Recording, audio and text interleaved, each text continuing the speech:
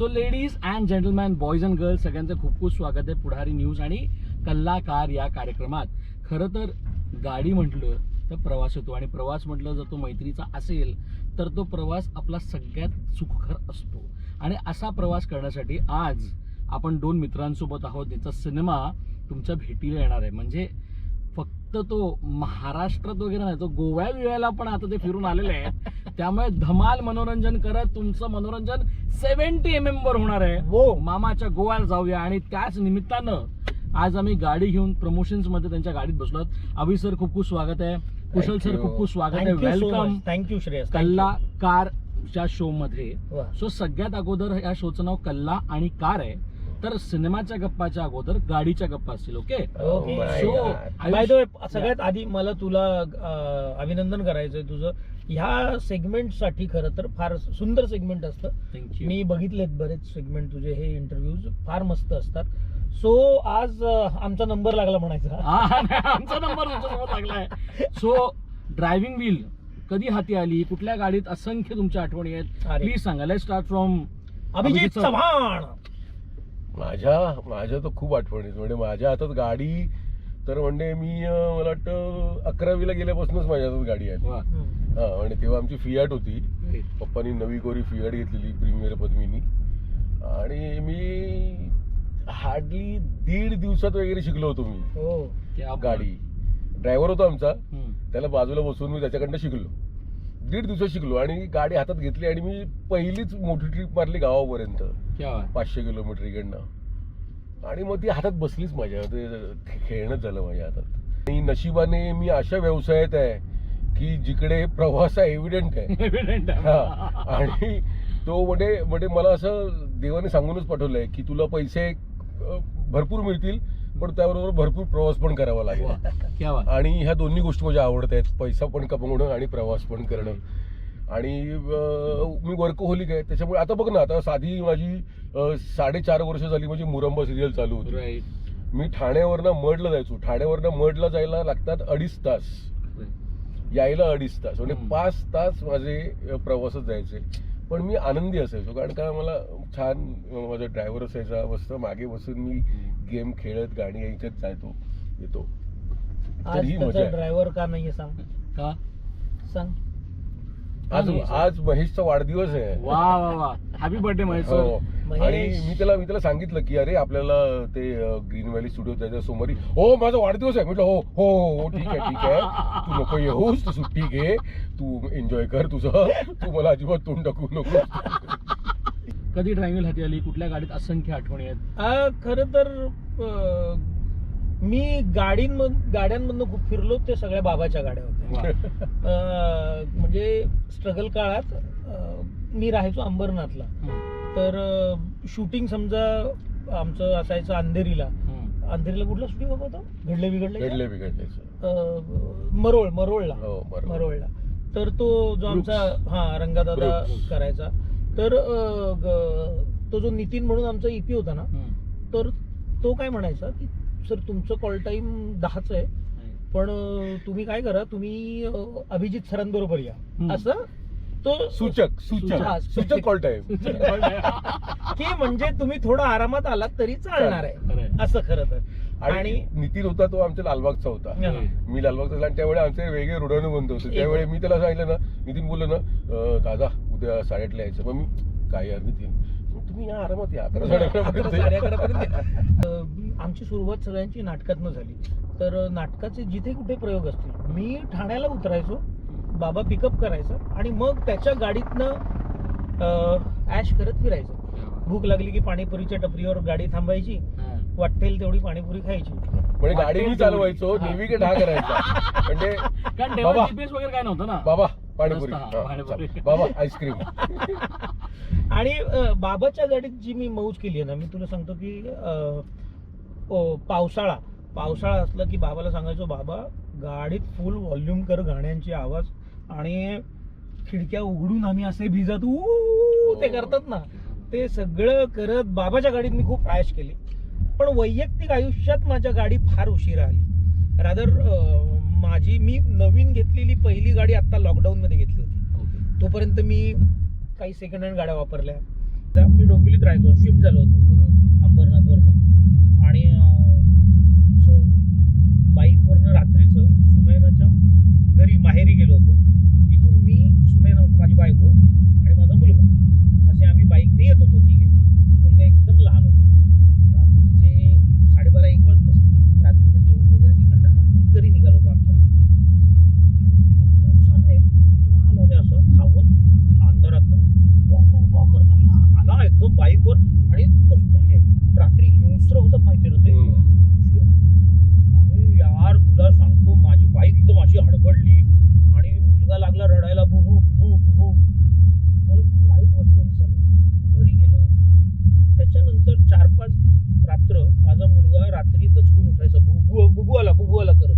त्याला भीती घेतली. बरोबर आहे. आणि भीती घेण्यासारखंच असतं ते चित्र. ते यार मला इतकं दुःख झालं ना. मला असं वाटलं चला आपण पुढे जन्माला घालतो आणि आपण आपली लायकी नाही रे आईला असं मला वाटायला लागलं एकदम. मग पहिली सेकंड हँड गाडी घेतली मी आणि मग ती गाडी माझ्या घराखाली कमी आणि गॅरेजमध्येच जास्त असायची. म्हणजे आता तुम्ही घडलंय बिघडल्याची आठवण सांगितलं. काय दिवस होते हो. म्हणजे तेव्हाचे किती कलाकार एकाच, म्हणजे मी संदीप पाठक सरांकडून किस्से ऐकले म्हणजे हू सो विच वेअर अभिजित सर सगळे त्या सेटवर असायचे. किती लर्निंग होतो कुशल सर या सगळ्यांमध्ये. तारे सर तिकडेच. म्हणजे मिनिटा तुम्ही खऱ्या अर्थानं गोष्टी करत असाल. किती लर्निंग होतं, किती मौज होती, किती मेजवानी होती कलाकार म्हणून तुमचं. ती पिकनिक असायची. ते जे 4 दिवस असायचे आमच्या आठवड्यातले शूटिंगचे पिकनिक असायची. आणि सगळ्या प्रकारची बघ ना, इंटलेक्च्युअल पासून म्हणजे ते पार कुशल बद्रिकेपर्यंत गंभीर प्रवृत्ती, त्याच्यानंतर विनोदी नट, त्याच्यानंतर म्हणजे अतरंगी विनोदी नट सुद्धा असतात ना. तर अशा प्रकारचे सगळ्या प्रकारचे नट होते आमच्यात. आणि जी मैफिल जमायची गप्पांची, रंगा गोडबोले निर्माता दिग्दर्शक होता. आणि जी मैफिल जमायची जी आणि ज्या गप्पा व्हायच्या आहा, त्या गप्पांमधनं पण किती शिकायला मिळायचं कुशा आपल्याला. आणि रंगादादा आणि अतुल परचुरे सगळे तारे सर पण राईट. तारे होता. विजय सर, विजय आपले विजय कदम सर होते. क्षिती जोग म्हण, अरे सगळे यार. जित्या होता सगळे. हो जित्या. मी कसं आलो माहितीये घडले बिघडले मध्ये. मी नाटक करत होतो. नंतर आम्ही एकत्र करत होतो जागो मोहन प्यारे. जागो मोहन प्यारेला मी, सिद्ध्या, किशा चौगुले, बाबा अशी गँग होती. आणि त्याचा लेखक दिग्दर्शक होता प्रियदर्शन जाधव. तर प्रियदर्शन जाधव मला एक दिवस म्हणाला उद्या काय करतोयस. तर मी म्हणालो काय नाही सांग ना काय. तर म्हणाला उद्याच. ओके किती वाजता येऊ. त्याने मला 8:30चा कॉल टाइम दिला. ठाण्याला भेट. ठाण्याला आलो 8:30च्या दरम्यान.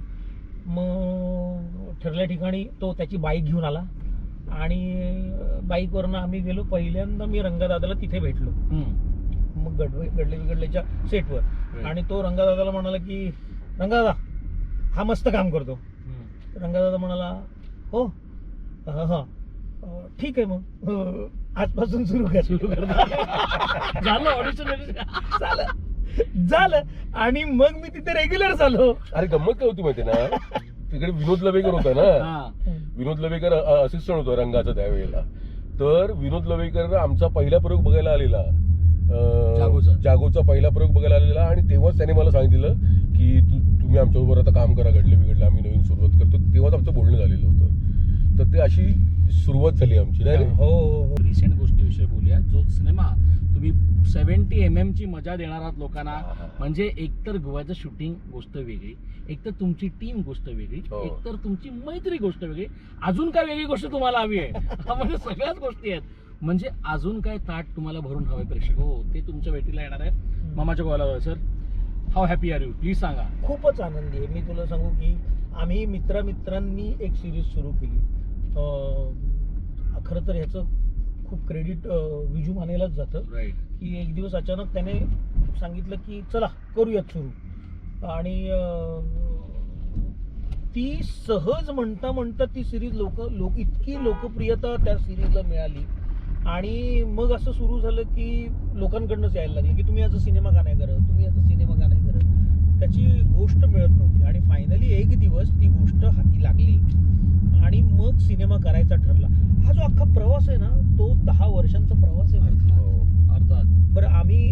वाटेल तसं एपिसोड शूट नाही केले. या 10 वर्षामध्ये आम्ही फक्त 3 सीझन केले. एकाचे 9 एपिसोड, एकाचे 10 एपिसोड आणि लॉकडाऊन मधले एक्स्ट्रा केले होते काही, आणि 11 एपिसोड अशी ती सिरीज आहे. असं म्हटलं की खरं तर 7mm to 70mm असा आमचा हा प्रवास आहे खरं तर. नाही, आणि ना हा प्रवास ना इतका प्रेमाचा प्रवास आहे ना, म्हणजे मला कधी कधी असं विचार जरी केला तरी इमोशनल होतो की आम्ही म्हणजे कशाचीच अपेक्षा ठेवली नव्हती. आम्ही फक्त आम्ही मित्र जमून करतोय ना, चल कुशा बोलतोय ना, करूया.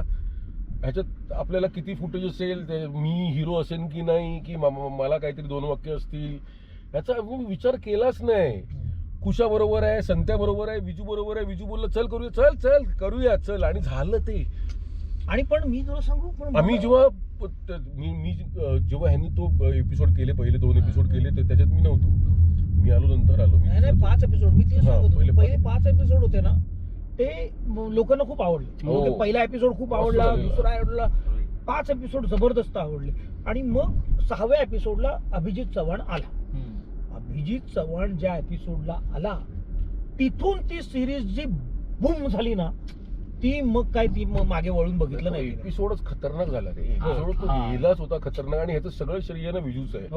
कारण विजूला माहिती आहे कोण कसं आहे, आणि कोणाचा हा स्वभाव दाखवला की कोण कसा हिट होईल, किंवा तो स्वभाव लोकांना कसा आवडेल. आणि आम्ही मूळतः तसेच आहोत. स्ट्रगलर सालामध्ये आमची जी मैत्री आहे ना, जशी आहे तशीच आहे, ती तशीच.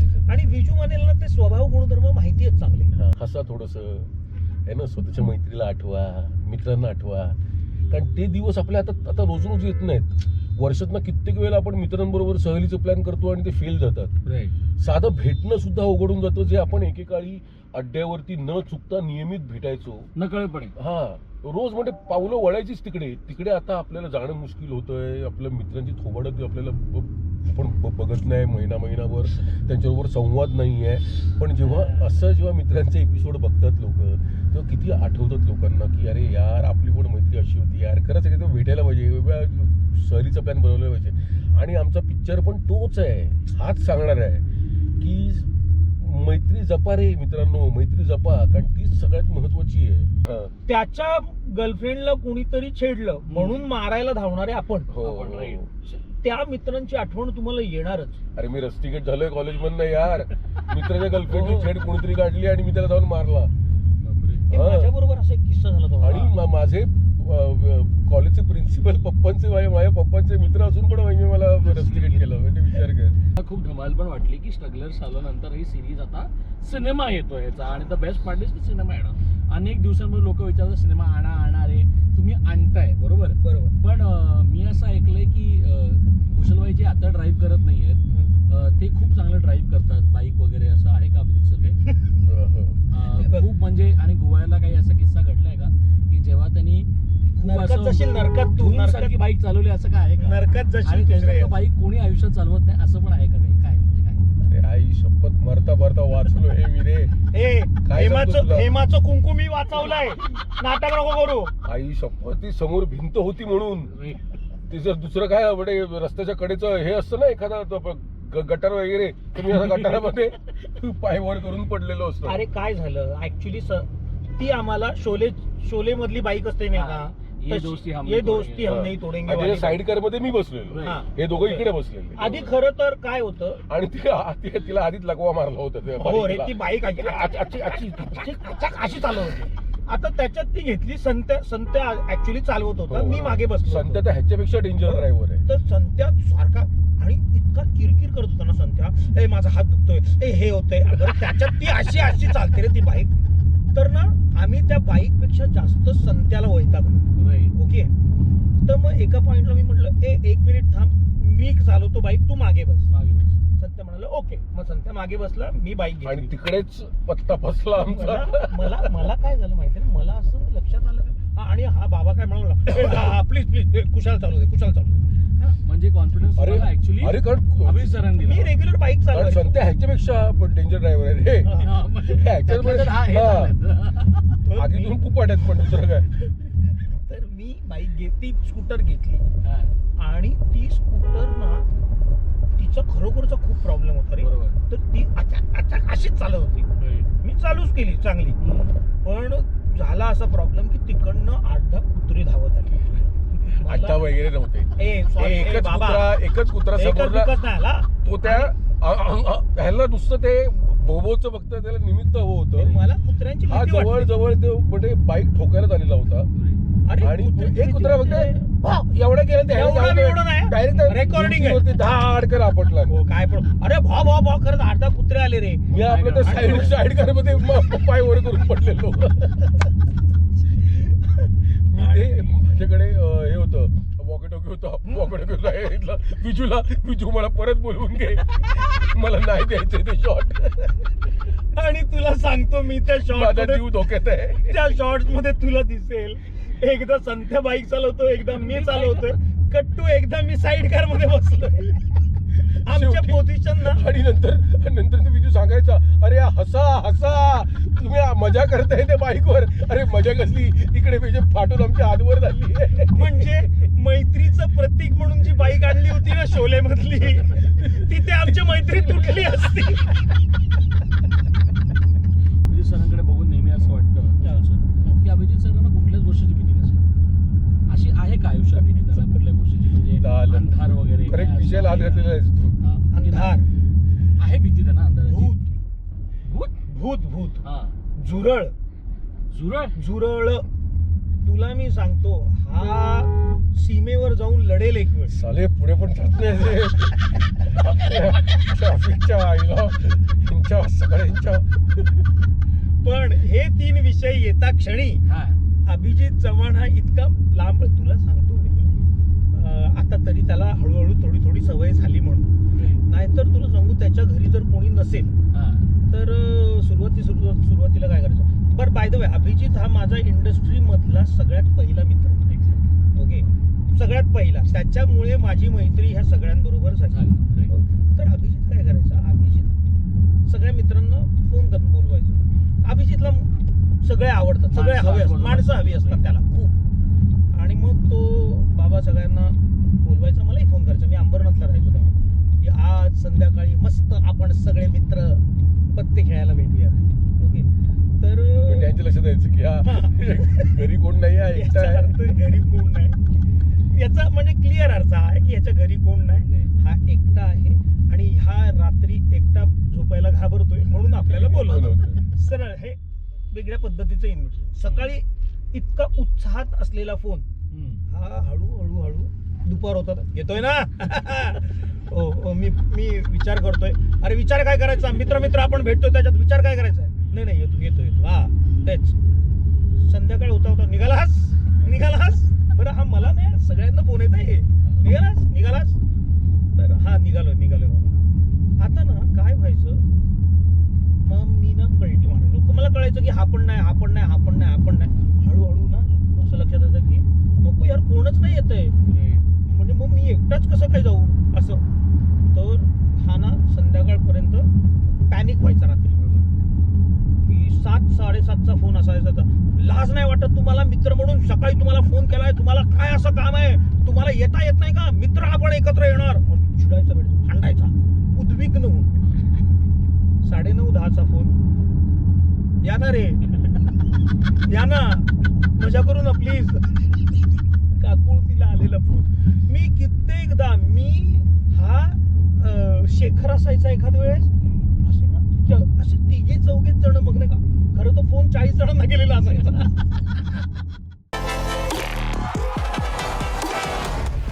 आज सिनेमे येत आहेत, आज चला वेदासरा कार्यक्रम झाला.